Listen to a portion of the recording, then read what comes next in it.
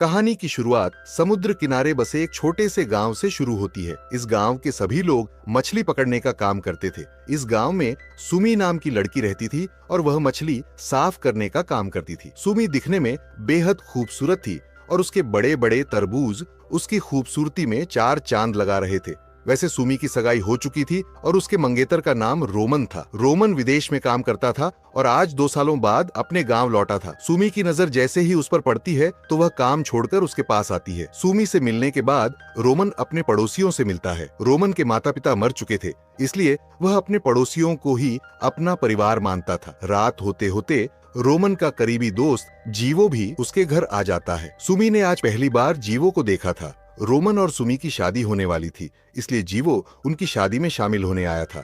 अगले दिन सुमी को तैयार किया जा रहा था क्योंकि आज उसकी रोमन से शादी होने वाली थी।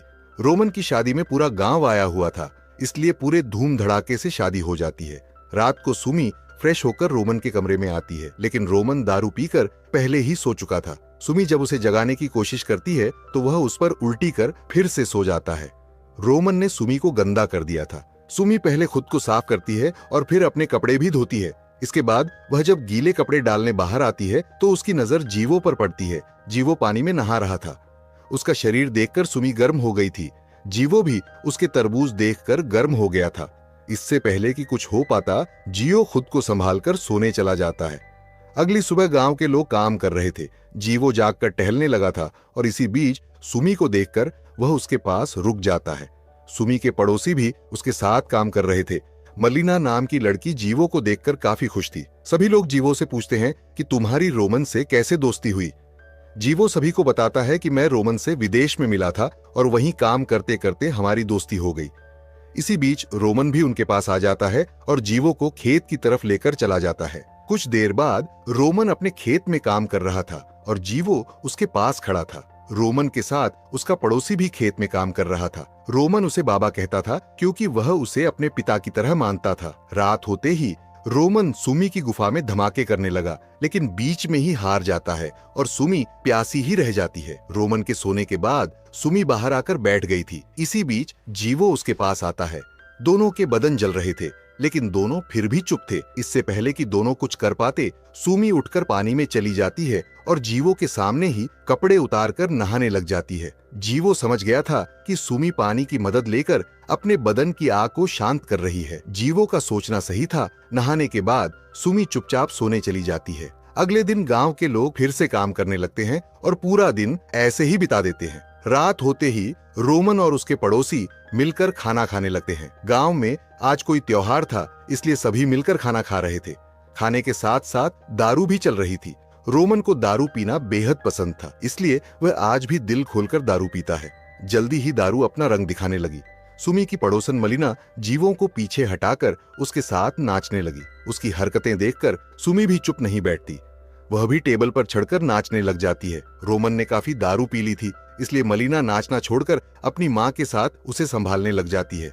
मलिना को रोमन के साथ देखकर सुमी उससे लड़ने लगी। लड़ते लड़ते वह अपनी हील उतारती है और फिर मलिना को मारकर सोने चली जाती है। सुमी बेहद गुस्से वाली थी। मलिना जब जीवो के साथ नाच रही थी, तभी सुमी ने उसे सबक सिखाने का फैसला कर लिया था। अगली सुबह जीवो जाने के लिए तैयार हो गया था। वो यहाँ 2-4 दिनों के लिए ही आया था, इसलिए अब उसके जाने का समय हो गया था। मलिना उसे जल्दी वापस आने को कहती है। जीवो रोमन से मिलता है और फिर सभी से विदा लेकर चला जाता है। कुछ दिनों बाद रोमन और सुमी घर के बाहर काम कर रहे थे। काम करते करते सुमी की नजर रोमन के शरीर पर पड़ती है। रोमन का शरीर देखकर वह इतनी गर्म हो जाती है कि वह वहीं उसका डंडा पकड़ लेती है। रोमन खुले में नहीं करना चाहता था, इसलिए वह सुमी को रोक देता है। उसका रोकना सुमी को पसंद नहीं आता, इसलिए वह नाराज होकर घर चली जाती है। शाम को सुमी घर के काम कर रही थी। इसी बीच रोमन उसके पास आता है और उसकी गुफा में धमाके करने की कोशिश करता है, मगर इस बार सुमी का मन नहीं था, इसलिए वह रोमन को कई थप्पड़ मारकर अपने कमरे में चली जाती है। दरअसल सुमी को जीवो से प्यार हो गया था। वह पूरा दिन उसे याद करते करते रोती रहती थी। कुछ दिनों बाद जीवो गांव में वापस आ जाता है। वह इस बार किसी काम से वापस आया था। वह रोमन को बताता है कि हमें पुलिस ढूंढ रही है, इसलिए मैं शहर छोड़कर यहाँ छुपने आया हूँ। जीवो की बात सुनकर रोमन भी परेशान हो गया। सुमी छुपकर दोनों की बातें सुन रही थी और उनकी बातें सुनकर वह सोच में पड़ गई। रात होते ही सुमी पानी में नहाने लग जाती है। जीवो भी आकर उसे दूर से देखने लगा था, नहाने के बाद सुमी जब जाने लगती है तो जीवो उसे रोक कर कहता है कि मैं तुमसे प्यार करने लगा हूं। इसी बीच रोमन का बाबा उन्हें देख लेता है। जियो सुमी की गुफा में धमाके करना चाहता था, लेकिन सुम नींद का बहाना बनाकर सोने चली जाती है। अगली सुबह रोमन और जीवो जैसे ही दारू पीने लगते हैं, तभी गांव में पुलिस आ जाती है। पुलिस को देखकर दोनों इतना डर जाते हैं कि जल्दी जल्दी पेड़ों के पीछे छुप जाते हैं। पुलिस वाले बाबा के पास रुके थे। वह बाबा से रोमन के बारे में पूछने लगे। हमेशा की तरह बाबा आज भी रोमन की मदद करता है और उन्हें दूसरे गांव में भेज देता है।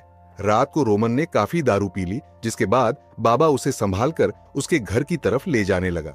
दूसरी तरफ सुमी भी रोमन को ढूंढने लगी थी और इसी बीच उसके सामने जीवो आ जाता है। वह आते ही सुमी को चूमने लग जाता है। सुमी थप्पड़ मारकर उसे रोकती है और तभी बाबा रोमन को लेकर आ जाता है। रोमन को सुलाने के बाद बाबा जीवो से कहता है कि मुझे पता है कि तुम सुमी के साथ मजे करना चाहते हो। मैं रोमन का घर खराब होते नहीं देख सकता, इसलिए तुम सुबह होते ही इस गांव से चले जाओ, वरना मैं रोमन को सब बता दूंगा। बाबा की बात सुनकर जीवो सोच में पड़ गया। अगली सुबह गांव में हाहाकार मच गया क्योंकि किसी ने बाबा को मार दिया था। गांव वाले बाबा की बहुत इज्जत करते थे, इसलिए उसकी लाश देखकर सभी उदास हो गए थे।